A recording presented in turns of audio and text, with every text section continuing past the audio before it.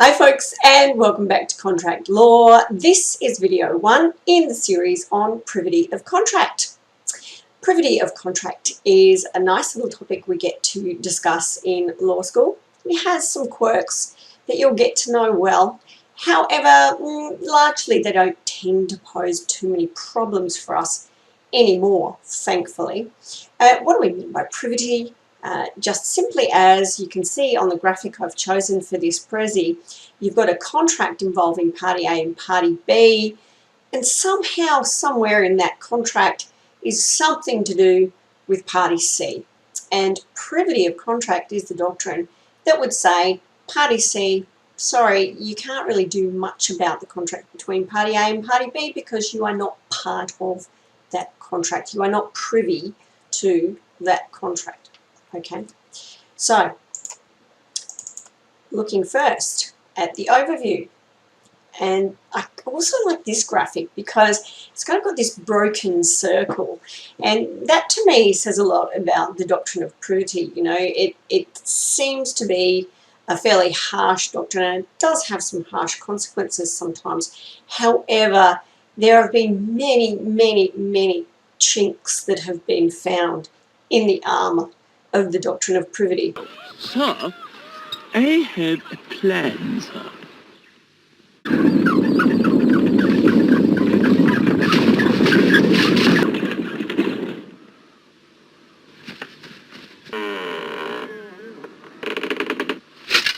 And we'll certainly get to know a few of those today. What is it all about? As I said just before, it involves a contract between A and B that somehow either confers benefits on C or purports to impose burdens on party C. And the doctrine of privity really works out what C, party C, can do about what's contained in the contract between A and B. Can that contract impose burdens? Can it confer benefits? So, stating the rule, it can be stated pretty simply, actually. Only the parties to a contract are legally entitled to enforce its benefits, and only the parties to a contract are legally bound by its burdens or its obligations. Duties is another synonym there. So a third party, in our case party C, can't enforce the benefits or be bound by its burdens. Now, when you think about that, the rationale is fairly clear. The whole doctrine started to emerge in about the mid-19th century, the 1850s, when a lot of the significant doctrines in contract law were starting to emerge in England. And this whole notion of contract as a bargain, we have discussed in other video series. It's all really intertwined with that. In our little example, party A and party B are the parties to the bargain. Okay, they've exchanged their promises, they've agreed to be bound by obligations, including benefits, including burdens, and they've swapped consideration for the promises. That the consideration might be the promise itself. I will promise to pay you $50 in return for you doing my toenail painting, for example. Now, I need myself and the other party, A and B, would be parties to that particular bargain. I've promised to pay the $50. The other party has promised to do my beauty salon work, for example. Everybody else is a stranger to that bargain. And so the whole doctrine of privity protects that notion of the contract being voluntarily entered between the two parties and those parties voluntarily undertaking the burdens and getting the benefits of that particular contract. Now, in terms of the operation of the doctrine of privity, no one really has a problem with the notion that party A and party B in a contract can't just, purport to somehow impose burdens, duties, obligations on party C that is not a party to that original contract. I think that just makes sense. However, the more difficult issue historically has been, should that party C be able to enforce the benefit of a contract between A and B?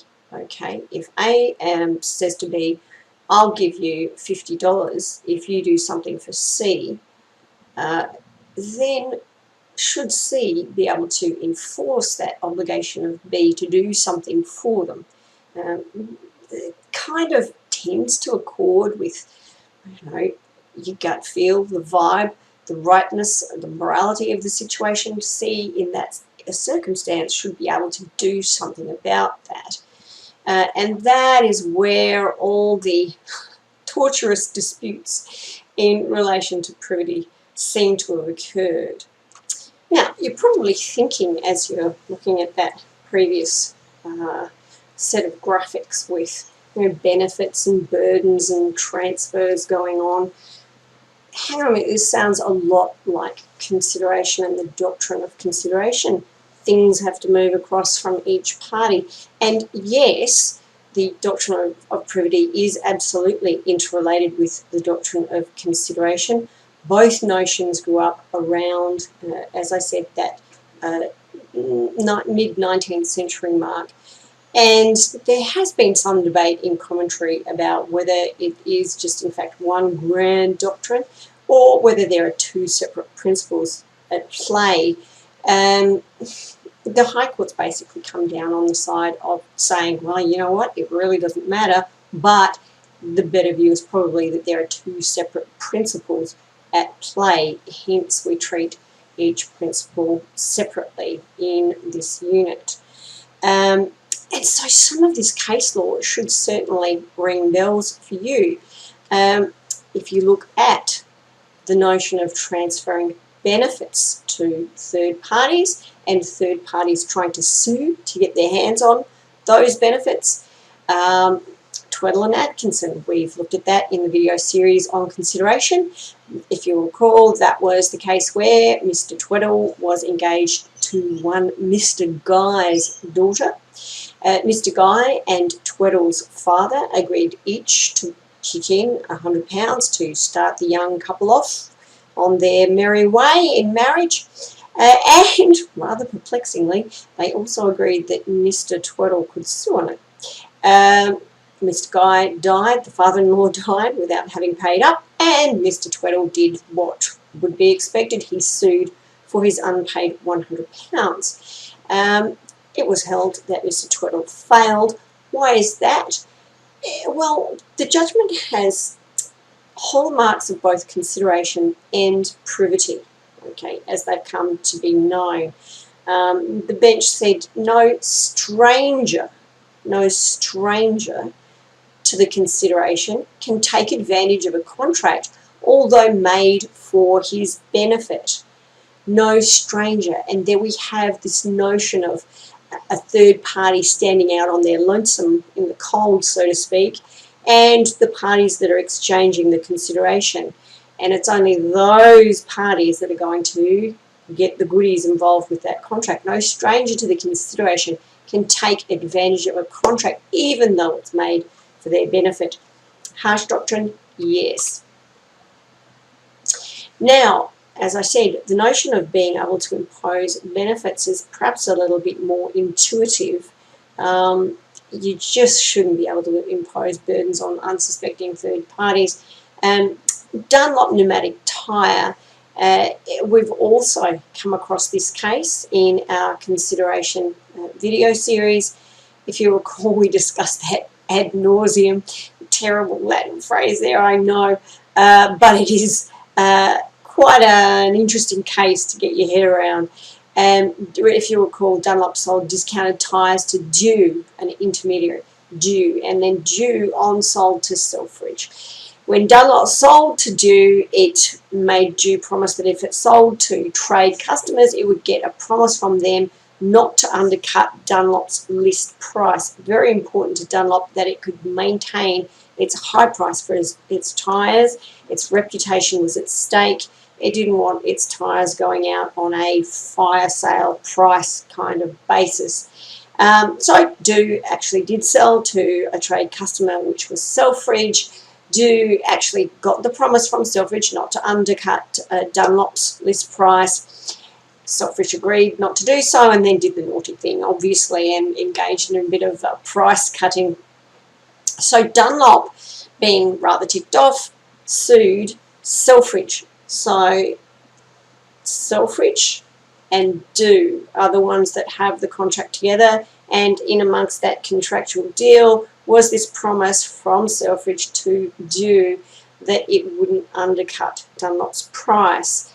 Dunlop trying to sue to enforce that promise was a stranger to that contract between Do and Selfridge. Obviously, Dunlop failed. As we saw in our videos on consideration, Dunlop also ran the agency argument, and we'll go into that a little bit more later on today. So, good early example of just a case showing us that if you're a third party to a contract that contains burdens, you can't sue to enforce those burdens if you are that third party. Problems. What are the problems here? Well, on face value, some circumstances, particularly not being able to enforce burdens, the privity doctrine can seem to operate on a fairly reasonable level. However, particularly in relation to suing to enforce a benefit, it seems, as I said before, there should be chinks in that particular armour because it seems to accord with the way we want things to be able to go. What are the remedies then that would be available in that kind of situation? Well, where the doctrine of privity stands in C's way, probably the best they can do is to get their friend to the main contract, either party A or party B, to sue to enforce their rights for them. That's going to be a fairly big ask if you think about it, because most actions in court will cost time, a lot of money. When you think about it, the average litigation is going to cost you upwards of $100,000. So it's a pretty big ask to get one of the parties to that main contract to sue for you. Even if they do, what are they going to get? Well, again, you run up against some difficulties if the party to the main contract that is suing to try and get some kind of remedy here in relation to C, the best probably thing that they will ask for is specific performance, an order for specific performance from the court. That's okay. It would suit, presumably, the parties to the main contract and also the third party C that's out in the wings there. However, specific performance isn't always available. As you'll see in later video series, it's only really available where damages are inappropriate. And if that's the case and you're looking at an issue of damages, then if party A or party B, one of the parties to the main contract sues, because the real loss has been out here by virtue of C not getting what they should have got, whoever is the party to the main contract that's suing in this instance for the breach of the other main party's duty to perform in relation to C, the damages will usually only be nominal. And nominal damages can be as low as $1. It's just some token amount that's set by the court to show that there has been a wrong done, to show that there's been a breach.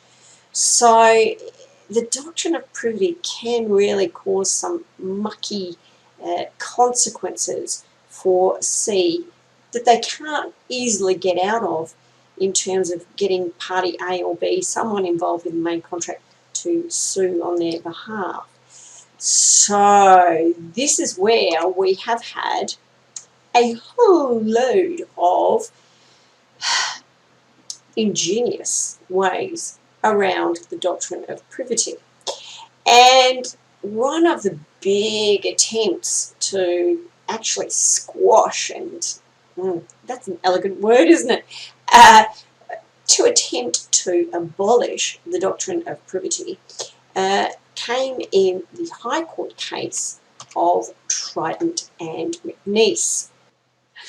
And having whipped up your anticipation about the Trident case, I'm going to leave this video here.